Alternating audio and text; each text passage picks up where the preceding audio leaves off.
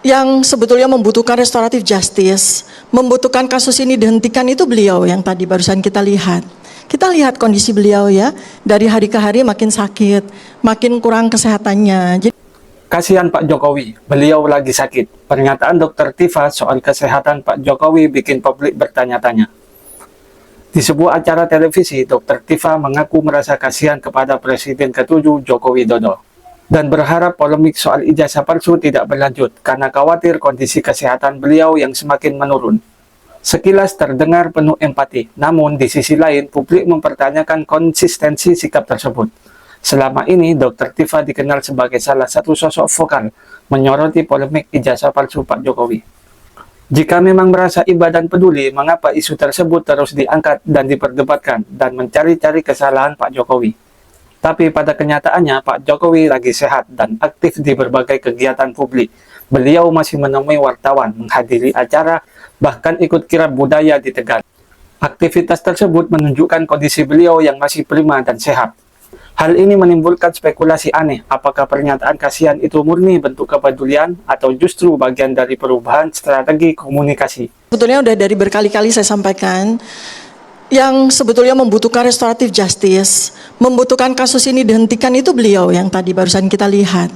Kita lihat kondisi beliau ya, dari hari ke hari makin sakit, makin kurang kesehatannya. Jadi kalau kita membaca betul KUHP baru 2026 yang disebut sebagai restoratif justice, itu dasarnya, fondasinya itu kemanusiaan. Jadi kalau kita membandingkan dengan KUHP lama dengan KUHP baru, ya, kalau KUHP lama itu siapa yang salah dia dihukum. Tapi kalau KUHP 2026 itu mengedepankan betul asas kemanusiaan. Nah, dalam konteks ini, siapapun yang terlibat di dalam peristiwa ini, yang paling membutuhkan sentuhan kemanusiaan itu adalah orang yang paling menderita secara kesehatan. Kita lihat Pak Jokowi dari hari ke hari kesehatannya makin mundur. Ini tidak personal ya, karena kami lihat tadi Pak Jokowi bisa menjawab bertemu dengan wartawan, Dr. Tifa. Permintaan maaf itu kan juga bersifat kemanusiaan, bersifat personal. Ini saya mau sampaikan tentang restoratif justice. Saya banyak sekali ya, kami RRT itu banyak sekali mendapatkan kesalahpahaman dari banyak pihak. Seakan-akan kami yang meminta restoratif justice. Di sini saya mau sampaikan, beberapa orang dari pihak, ya kita katakan termul, nggak usah kita pakai istilah termul lah ya, tapi kita menggunakan istilah dari pihak Pak Jokowi, itu secara terbuka itu bertemu dengan saya, dan itu nggak main-main loh, di Polda Metro Jaya loh, banyak saksinya.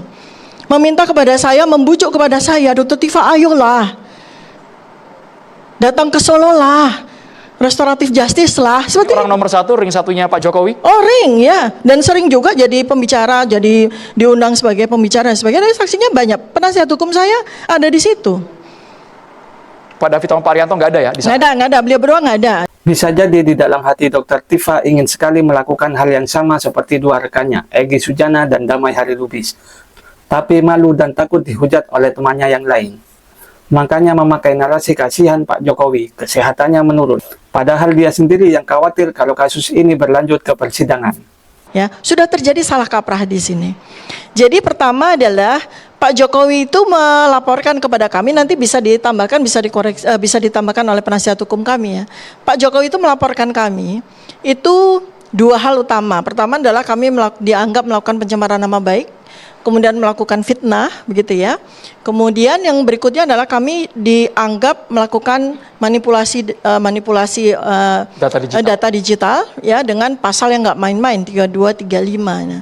Nah, sekarang persoalannya adalah kalau kita loncat dulu ya, kalau misalnya kita loncat ke persidangan, itu yang kasihan itu Pak Jokowinya, ya. Bukan RRT, tapi Pak Jokowinya yang kasihan. Kan gini ya, kalau beliau itu melaporkan kami bertiga atas kasus pencemaran nama baik, atas kasus fitnah, maka beliau harus membuktikan apakah keenam ini ya, keenam bukti ya. Kalau Pak Devi tadi udah katakan fakta, ini fakta ya, dikeluarkan nggak main-main loh oleh Barreskrim loh, ini fakta ya, dikeluarkan nggak main-main oleh KPU loh, ini dikeluarkan oleh UGM loh, ini ya, ini fakta yang nggak main-main ya.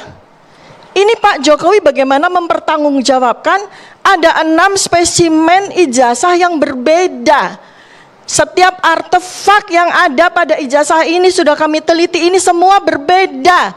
Bagaimana Pak Jokowi mempertanggungjawabkan ke-6 dari spesimen, belum lagi yang keluar di KPU Surakarta 2 spesimen kami tunggu, dan yang keluar di KPU Jakarta. Masih ada 3 spesimen lagi. Satu kelompok. Yang kedua adalah 3235. Bagaimana mungkin kami melakukan manipulasi data ini, ya? Bagaimana mungkin kami melakukan manipulasi? Sedangkan semua spesimen itu secara analog itu ada di beliau. Baru kemudian kata beliau diserahkan, ya. Kata beliau diserahkan, ya. Yang kami lihat selama 5 menit apa dokumen yang diserahkan, kami lihat, ya. Ini saya saksi berdua. David, Pak Arianto nggak ikutan waktu itu gelar perkara khusus 15 Desember 2025, itu berbeda lagi dengan apa yang ada di sini. Berbeda Saya dengan bisa 6 bukti. spesimen. Oh iya, saya bisa buktikan. Karena coba Anda lihat baik-baik, ya.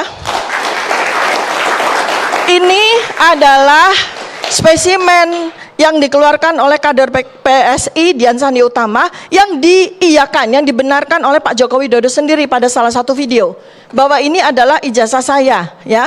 Nah, ini berbeda dengan yang diserahkan oleh Pak Joko Widodo tanggal 24 Juli 2025 ke Polda Metro Jaya, yang ditunjukkan kepada kami selama 5 menit di jam 23 malam, selama 5 menit. Itu beda, kami pastikan beda.